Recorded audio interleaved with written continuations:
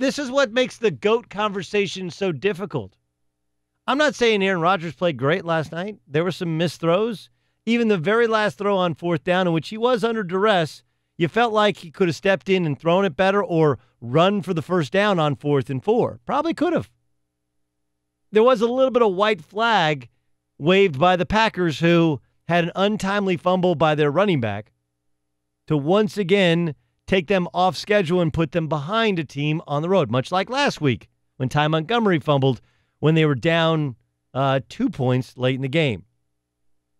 The point is this. I could easily make the case that though Tom Brady was efficient, frankly magnificent considering, Tom Brady didn't have Gronk and didn't have Sony Michel. And if you've actually watched the Patriots this year, not watched the highlights, Gronk's still important, but they become a power-running team. You got to double-team Gronk, and you got to bring an extra guy in the box. Both of them weren't playing, so they had to dink and dunk and just play field position and outsmart you the Patriot way. Now, is there a predetermined bias from yours truly that Aaron Rodgers is a more skillful, better quarterback? Sure. And by the way, when I say that I don't think Tom Brady is the greatest quarterback of all time, if there are 10,000 quarterbacks in the history of the NFL, and I think he's second, third, or fourth, it's not like I'm saying he sucks.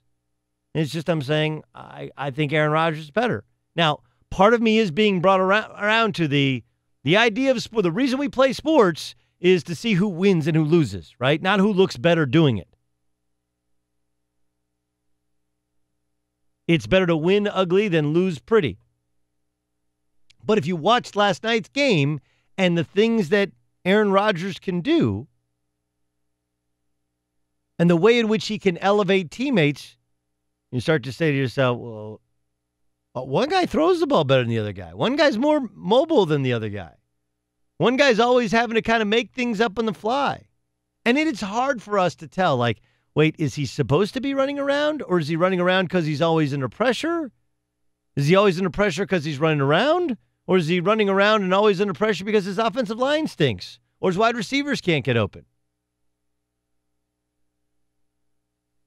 But I watched two games, both, and the Patriots game Patriots win over the Packers kind of ended with a dud, but it wasn't really a dud. It was still a good football game. I watched the Saints lead kickoff to finish and beat the Rams. That was a great football game. It was not a letdown in any way. That was exciting. That was thrilling. The Rams mounting a comeback. The Saints going after Marcus Peters, who lived down to the reputation as a guy who was more interested in trying to make plays on the ball than he was actually covering his man. There was so much, but I can't fall into the trap of only being result-oriented. The better team doesn't always win. The better quarterback doesn't always win. That's sports. That's the beauty of sports. I do think the Patriots are a better team than the Packers, but I don't think Brady's the better quarterback than Rodgers. And while I think the Saints are a very good team, and I thought it was really smartly pointed out during the broadcast that the Saints have remade their defense through the NFL draft over the past 2 years, bringing younger, more athletic, and cheaper players into New Orleans as they were in salary cap hell a couple of years ago. And just hint, hint, one of John Gruden's closest friends and a former Miami of Ohio guy, as well as a guy who worked with him in Philadelphia, is Sean Payton. Where do you think John Gruden's getting these ideas of getting a bunch of draft picks and drafting a young athletic defense? Duh. But even though the Saints beat the Rams, I still contend the Rams are better, more complete. They would beat more teams on a neutral field. And even though the Patriots beat the Packers and Tom Brady's numbers in the fourth quarter were far better than Aaron Rodgers, I would still contend that Aaron Rodgers is better than Tom Brady. Is some of this a predetermined bias? Yeah, I'll admit to as such. I'm not going to sit here and lie to you and tell you that, I didn't think the Rams were better, even though they were going on the road where New Orleans is prohibitively better. But I can also tell you that I watched both games, and I walked away thinking, play here, play there, played on neutral field. I still think the Rams are better. And a play here, a play there, fumble here, a less fumble there. I still prefer Rodgers to Tom Brady.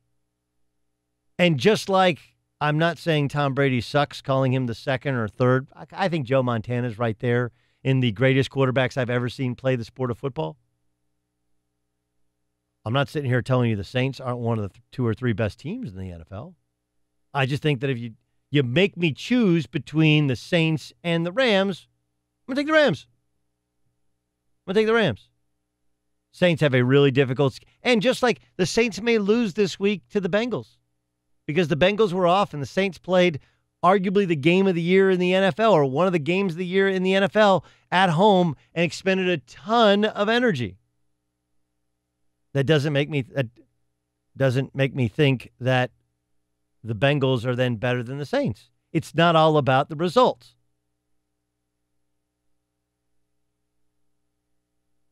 So I look at that final score and I tell you that the Saints are real, they are legitimate, and if they can maintain home field, there's no reason that Drew Brees doesn't get another shot at a Super Bowl. But I still think the Rams are a better team. And the Patriots' ability to be pragmatic, to just find a way to win each individual game. I heard Colin Cowherd, he's going to join us later on, right? Cowherd's going to join us later on. He's like, well, the Patriots don't even have an offense. You're right. Their offense is whatever the hell it takes to win that game. They are what I hope. Tomorrow's election day. I hope you all vote. Right? And my favorite politicians are the ones that are pragmatic. See the problem, identify the problem, admit to the problem, find a way to fix the problem. Hopefully without bleeding the public dry, right? Regardless of the conflicting alliances of who paid for you to get the job to begin with, see the problem, address the problem. And that's why the Patriots have been so successful for so long. They're pragmatic in the guys they get for their defense and offense each offseason, trying to balance the books and balance how they'd like to play, and then evaluating how they play after 3 or 4 weeks and adding a piece like a Josh Gordon here or there. And then on a game-to-game basis, I mean, you go back, you're like, are they a 3-4 team or are they a 4-3 team? And the only thing people in football will tell you is, yes.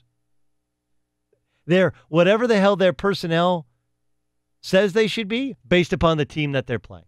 And the Patriots obviously have been blessed with a great kicking game, going from one Hall of Famer to the next.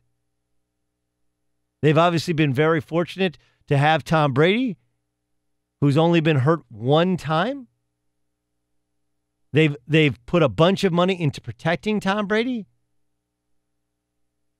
When Rob Gronkowski's been healthy, they've found ways to have an offense around the strength of a tight end. When they had Randy Moss, he's the greatest stretcher of a defense in the history of the league.